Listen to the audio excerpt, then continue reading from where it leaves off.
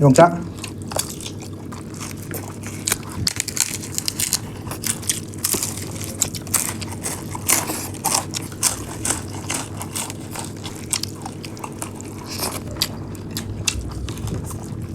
Hai bang tada aku channel bu yang beri bai silnau iche chen khwai myam ki bu mani mukbang ma ke degi taram nok cheri ado myam ngasi di uti asangbo na chajara ga ado sia pakoura thongba laira sia mini singju laira yongchak laira sia yanam bora nakupi bora kot na ba lai khaman toningok asani myam ta myam na nusi bita da like to bu kau bi ga no ado di myam thang da bila chaba hora ga habrasi sia pukham do na thang dora bani Mea dia sang basi pada lama hekta hidar ada bukan mani untuk fajare masih di bawah itu dia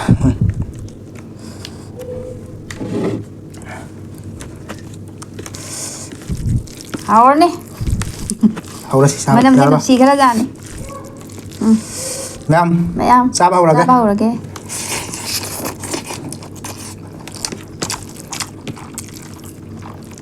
용짝.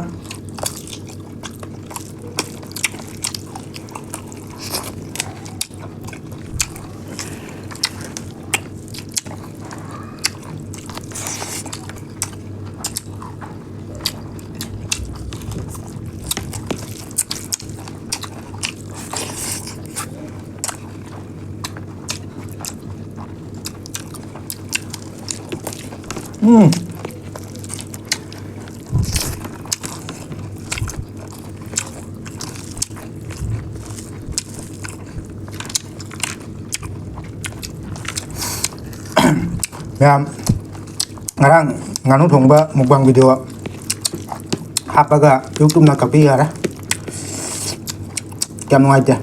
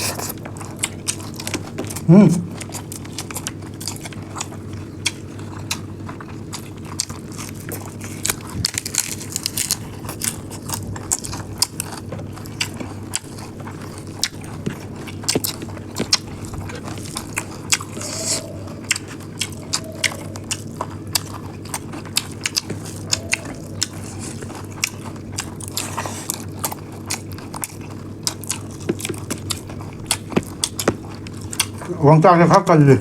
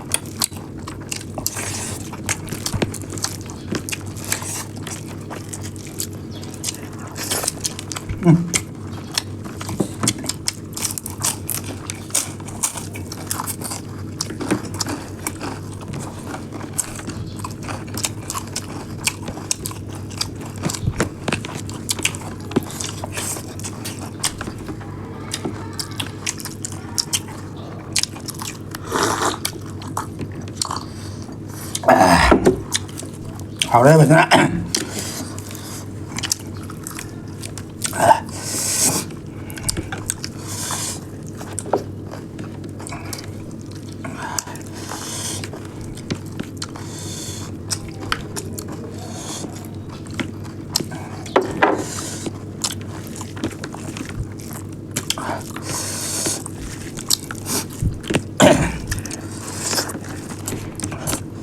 Yang pakoura sih mungkin agak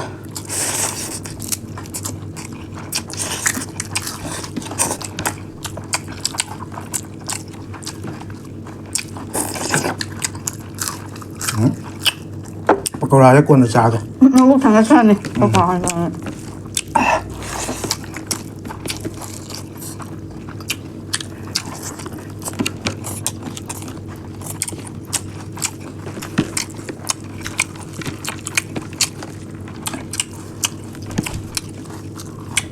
Còn gì kia lại kia ăn bữa utia sang mà sao vậy nhé, có cả sát đó đi thôi thì sao nó được nữa. Ya mau kan? Jadi pangkok lah mana ke HP ni apa?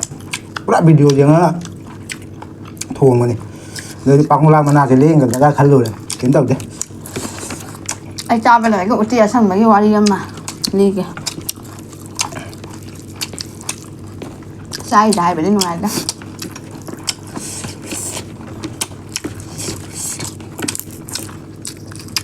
Con này phải đấy.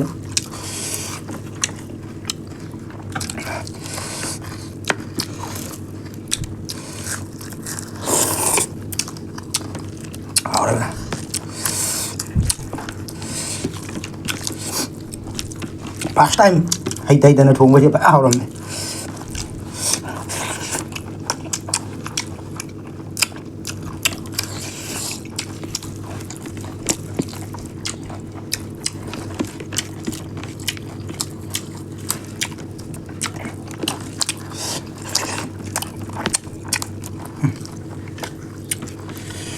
Các bạn này.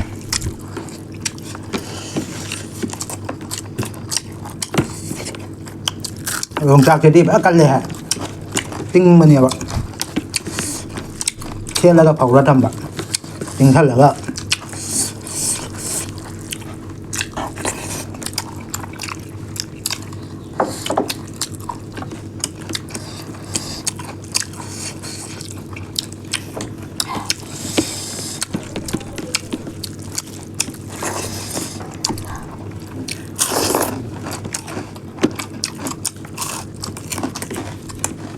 nào xem đi mình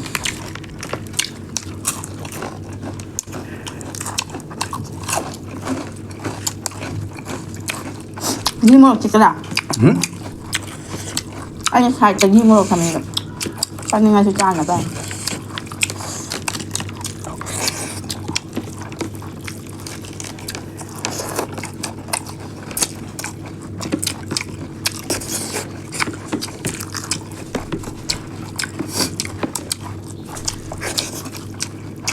có trái này thả ra để hút ra đi làm này mua làm hút ra đấy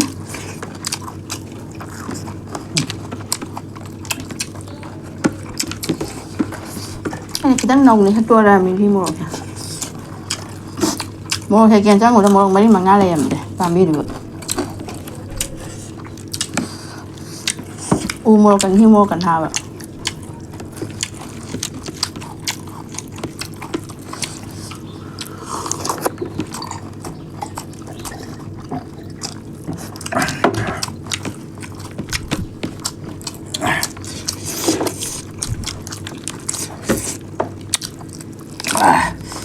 Đây chưa ạ quay mới sang nghe sao rồi à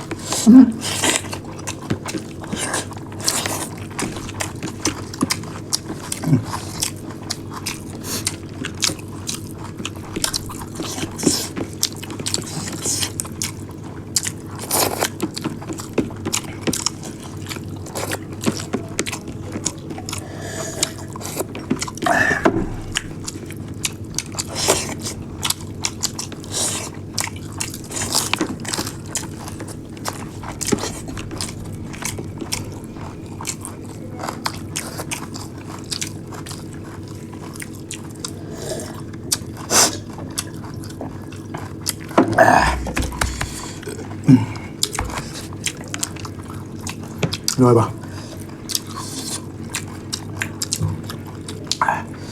xin một giải được rồi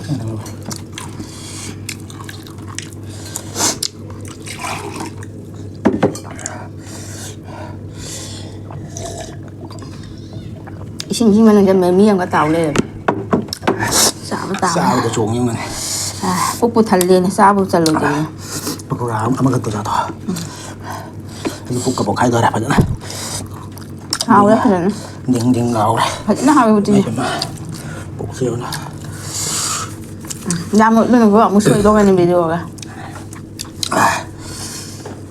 Ngàn nó trồng với một bàn cà phê thằng là đó. Xuôi bên nè, tiếp tục là cái này. Có bao giờ ngày đó. Xuôi bên thằng tên là này đó.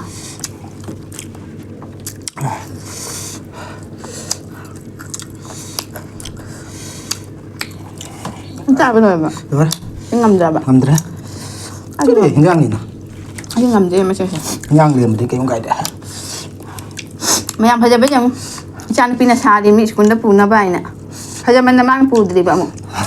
Pu ra rồi nè. Nên bây giờ pu athi bây giờ. Gulab ang ba. Athi pu nè pu đi đâu. em ấy đi sao rồi đó đó ngang đi khá là liền mà Dạ hãy liêm mà chẳng ngầm nó đấy. ấy đi pakoura Dạ cân chả nó ra bớt đi. họ đây là gì vậy nè Thế nào rồi? rồi mẹ sao xuống rồi đó sao xuống rồi bên đó mà thằng kia next video đó một phần này xí Mẹ bye bye.